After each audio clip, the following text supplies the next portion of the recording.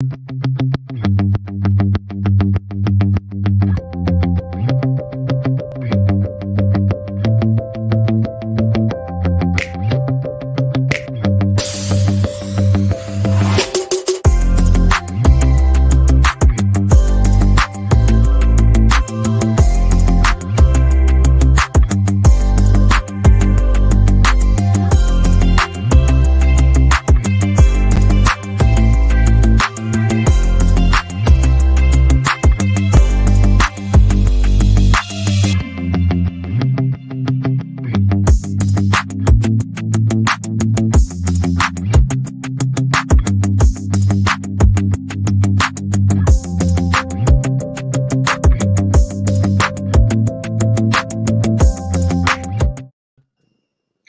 everyone, and welcome back to our final session for the day in celebration of CS Ed Week in Indiana. I'm Amanda McCammon with STEM Synergy and Keep Indiana Learning, and we have been bringing CS experts and resources to Indiana educators all week long with our in-learning partnership, a collaboration with IDOE, the Learning Lab, and Keep Indiana Learning. So for this session on computational thinking across the curriculum, we have Mike Gorman. Mike has over 40 years of experience in education. He spent over 30 of those in the classroom and then later built a one-to-one laptop program, digital PD, and PBL programming for Southwest Allen County Schools, which is near Fort Wayne, Indiana. He also has served as a consultant for Discovery Education, ISTE, PBS, and November Learning. He also was a national faculty for PBL Works, also known as the Buck Institute for Education, and an advisor for Tech and Learning magazine, and currently teaches PBL courses online through Wilkes University. So, Mike, I'm going to turn it over to you to share your expertise. Thank you so much. It's great to be here with everybody. Before I even begin, I just want to remind everybody, I've been watching these all afternoon, and there are some awesome webinars for you, just 20 minutes each, that you could take part in, that really gives you some good ideas of computational thinking. And I think I'm going to start with my story. First of all, if you want to follow me on Twitter, there I am, or you can give me a tweet, my email, and also my blog. So you'll see that again in the end, but I've got all that type of stuff for you. Welcome. It's a great week, and it's a great week to talk computer science. And we're going to talk that today. Again, a little bit about me there, and you can get to my website. Some of the people I've worked with was mentioned already, and I look forward to working with you. I want to tell you my story because I have my computational thinking story. I always think that every presentation should start with a nice story. So here's my story. I was a 60s and 1970s student, and this might have been kind of how my classroom looked. And this was learning in the 60s and 70s. Some of you may have learned when I did. Remember the film strip projector, highly analog, and of course the 16 millimeter projector, which a lot of us used. I actually used these when I first started teaching too. And of course, there was this thing called this chalkboard, and it worked during a power failure. You didn't have to turn it on or off or anything like that. It was awesome. Once in a while, the chalk would screech, and that always amused everybody. And of course, we did our counting and our computing, and I actually did use something like this when I was like in second and third grade. Great way to learn base 10. And of course, some of you teachers remember the old mimeograph machine. Remember how you would pass those out and the kids just enjoyed the scent of a fresh ditto paper. And my coding in college, this is what it looked like. It was punch cards. And that was how I kind of got my start, even before the personal computer. So here was my PowerPoint. My PowerPoint was a slide deck and a cassette tape recorder. And of course, as I started school and I went all the way up through almost 8th grade, I do go farther, but up to 8th grade, I took regular math, and I loved math. It was like my favorite thing to do. And I used to get A pluses And of course, in elementary school, we got S's and that type of thing. But I got good grades in math and I loved it. Well, if you remember, there was this guy by the name of Albert Einstein, and he said, anyone who has never made a mistake has never tried anything new. Well, guess what? I tried something new. By 8th grade, 9th grade, 10th grade, I was going into algebra and geometry. Um, it was a different experience. My new math direction suddenly found me lost, confused, unsure, unclear, perplexed. Some of you might actually relate with that. And we're going to talk a little bit about that and why that may have happened. Um, my new math direction from then on was goodbye. I was done with math, which is not a good thing because, as we all know, algebra, geometry are some of those holding keys to our future. And so I then, as a junior, took the ACT. Some of you remember that. We have the SAT more here in Indiana, but I took the ACT, and guess what? I got a letter from my congressman in Washington about a month after taking the ACT, congratulating me on how I scored in the top 5 percentile in math. Well, I, of course, had to do a double look and look at that envelope again and make sure that what I was seeing was real. But it was. It was. So here's my question to you. How did I score that high? Because I struggled in algebra and geometry and didn't want to even go any further than that until college. How did I score that high? If you want to, sit back and think about that for a little bit while I talk about computational thinking, because that's my story, and I'll end my story on why I think it happened here in just a little bit. Well, let's enter computational thinking. The first thing we have to think about is, what is it? What is computational thinking? And we ponder this, we think about this. That's what this whole week has been about. We've called it computer science, but when we really get down to it, we're talking about thinking computationally. Okay. The first thing we have to realize is that computation happens everywhere. Keep that in mind. It happens in every subject. And that's why I want to bring everybody in on this type of thought. Just like so many times I talk to people about STEM being a verb and it's in every subject. Well, so is computational thinking. And as we look at computational thinking, what we see is an actual step process going up from the bottom of students doing decomposition and then recognizing patterns, abstractions, and coming up with algorithms. That is the 4 steps when we look at computational thinking. Now, step 1, decomposition. We might ask the question is, what is all the sum of numbers from 1 to 200? And we can even create a game looking at this. But what we do is we start looking at all the possibilities. We start breaking it down into smaller portions and systems and more manageable parts. Once we do that, we go into looking at what is the recognition? How would I do this? Could I go from both sides? 200 plus 1, 199 plus 2, 198 plus 3. And as I do that, do I start seeing a pattern? Well, let's get into abstraction then. Because as I do this, I start saying, hold on, I did 200 plus 1, 199 plus 2, 198 plus 3. And I can do that all the way down to 100 plus 101. There's pairs here. And what qualities do these pairs have? And what is the last pair we find? And what does that mean when we have 100 pairs? Well, I end up with my last step, developing the algorithm. Okay. We looked at all the numbers, we divided it in half, we took the totals, we add 2 numbers, and we come up with an algorithm that you see right up there. Okay. And it really talks about that 100 divided by 2 times 100 plus 1. And I could do this with any number I want, and it works. That's the beauty behind algorithms. I'm going to talk about the things that's not so beautiful about algorithms in just a second, but that's the beauty. and I come up with a solution, but it's only not because somebody gave me that algorithm. I went through the steps getting there. So computational thinking is more than just math.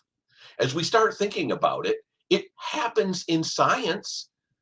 We all remember chemical equations and how they break into smaller parts and they're pieces that build up on each other.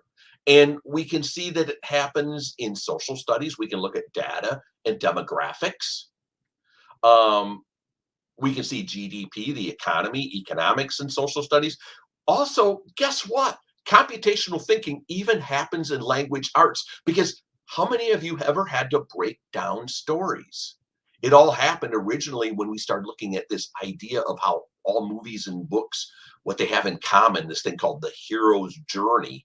And it's got all these pieces. And we look at the patterns, and that's what language arts teachers do with us so many times. Well, how about directions? We use it all the time. Again, social studies, or how about creating an outline in language arts? That's an abstraction, and it's part of computational thinking. We've all used a dichotomous key, a leaf key. I used to be so enthralled with those because it's like I could take this one sheet of paper and figure out what leaf that is, all because it'd been broken down. And of course, you've heard all afternoon and all week about computer programming, the block programming I have here. They're all based on a final algorithm, looking at patterns, breaking things down. I actually work quite a bit with project-based learning, and it all fits into the gold standards of project-based learning as you take a look. We have their inquiry, the project cycle, the resolution, all of these types of things. Computational thinking fits right into. I want to show you, I've worked with schools across the country. Here was one school down in the southern part of the country. Their question was, how can we address the mosquito question and concerns of our community? And they took mechatronics, environmental science, and language arts and put it all together in these classes. And what did the mosquito, a drone, and eaves trough and guttering on a house have in common? Well, what they did between all these classes is they went out and they actually thought, how can we look for ways to kind of battle the Zika virus? This was back about 5 or 6 years ago, and stop the spread. Seniors actually went out, and one of their projects was to clean gutters in the community. But guess what they did is they cleaned those gutters. They took water samples, and they were able to take a look at all those water samples. And then they even built drones in the mechatronics class and flew the drones out to different ponds in the area that weren't accessible and picked up water samples. And they actually came up with some ideas. Here's another one. How can we create an escape room that our community will use? Well, this one group actually went through and used, you recognize those, the little bits and all those types of things, but they used all of this to create this escape room based on the Wizard of Oz. And you can see the pieces of the escape room that they made and how it all fit together.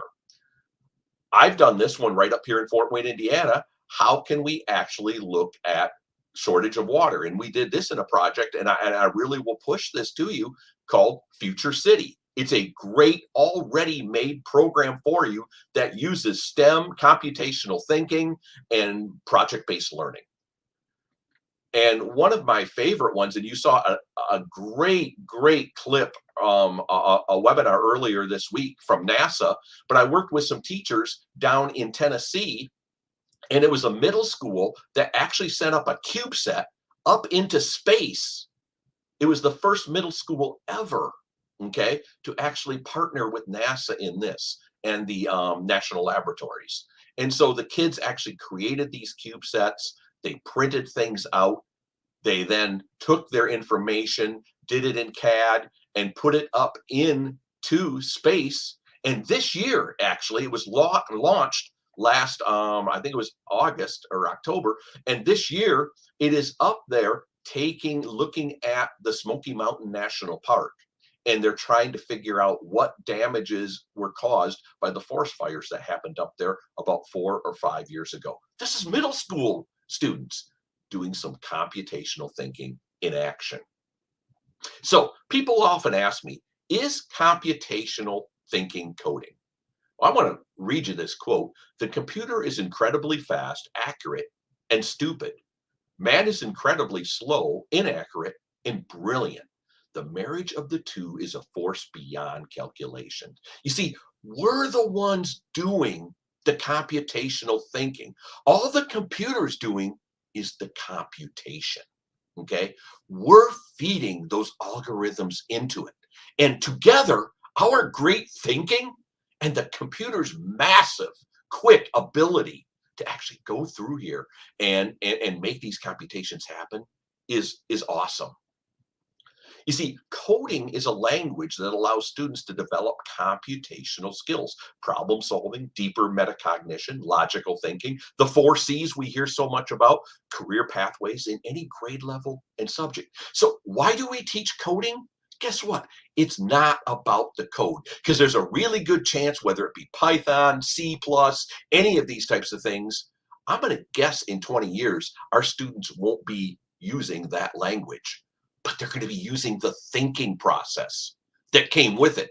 That's why we have an hour of code. And I have a hard time sometimes just saying hour of code.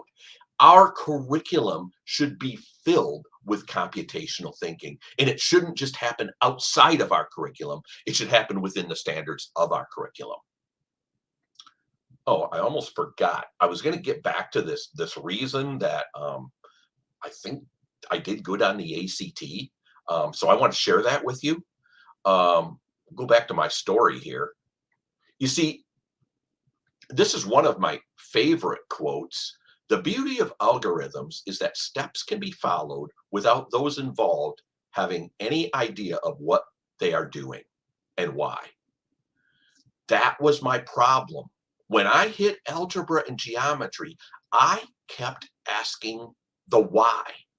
And I kept on trying to think of, well, I see this algorithm. What does it mean?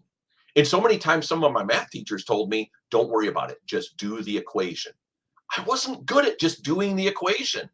I had to know why. I had to know why it worked. And guess what? When I took the ACT, the beauty of it, and I loved it, it didn't ask me to show an equation. It just asked me to give the answers. And so what I actually did, I used some long algorithm that I just probably invented myself to come up with those answers because I didn't know. I hadn't memorized all those other ones because I didn't quite understand why I had to do it. And guess what? I did pretty good doing that. I was a computational thinker. But you see, I had to understand the algorithm. I couldn't just do it. I had to write the algorithm. That's what coding's all about. You see, computational thinking makes that decomposition, the pattern recognition, and the abstraction happen. And in the end, we have those algorithms, which is so, so, so important. And we need to understand those. So, how many students are capable of computational thinking but are lost in algorithms? I bet you know a lot of them. You may have been one of them. And so, what I'm saying is, as you teach, be intentional in what you do. Actually, make sure there's times that students can do those four steps you see there. And you know something?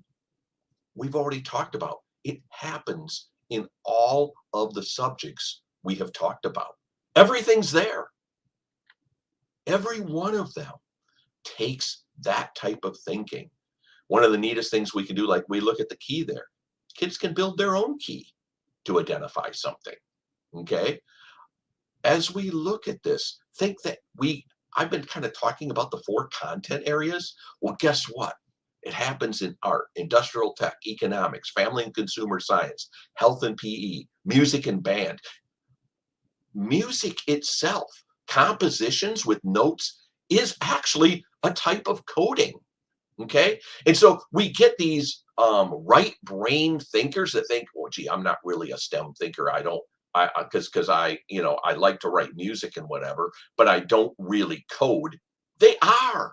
They just have to be told they are, and they have to be shown how to do it. So I've got some things for you as we kind of wind down here, and I call them the ideas and resources to help you out. The first one is I've got an article for you, Computational Thinking, 10 Ways to Promote.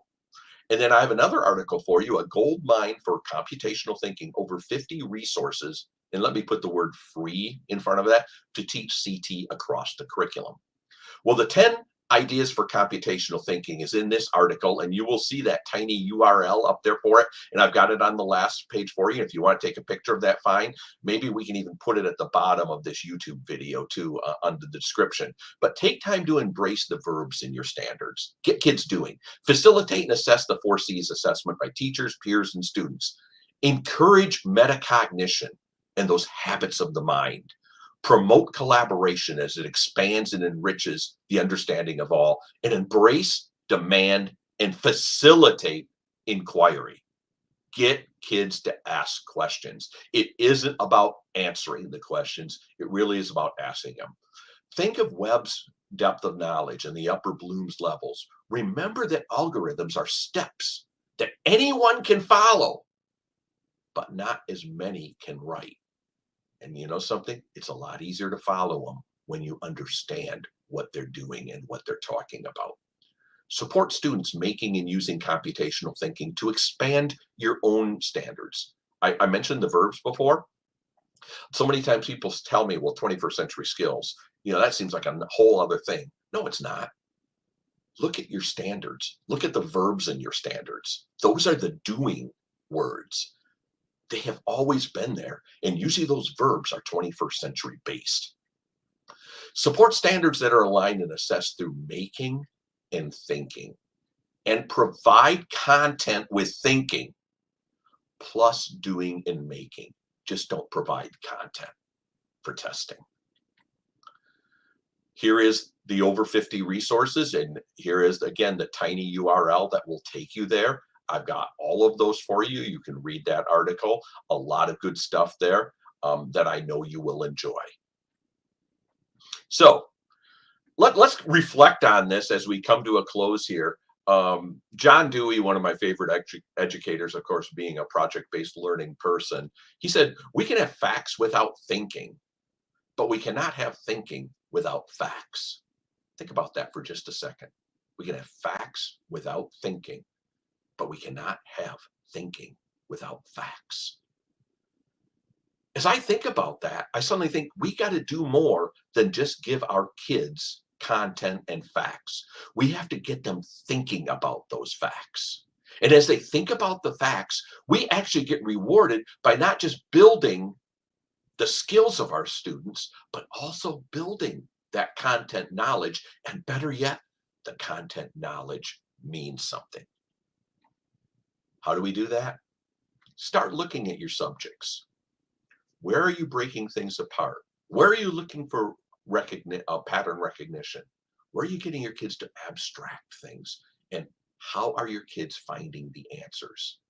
What roadmap are they developing to use to make it? This is computational thinking.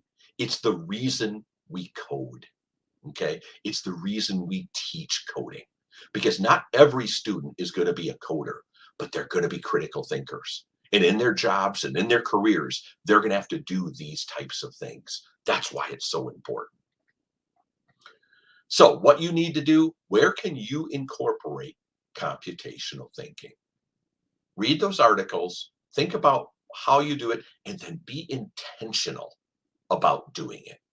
And you will find that you are opening up your students to a deeper, exciting type of learning that will engage them and make them lifelong learners.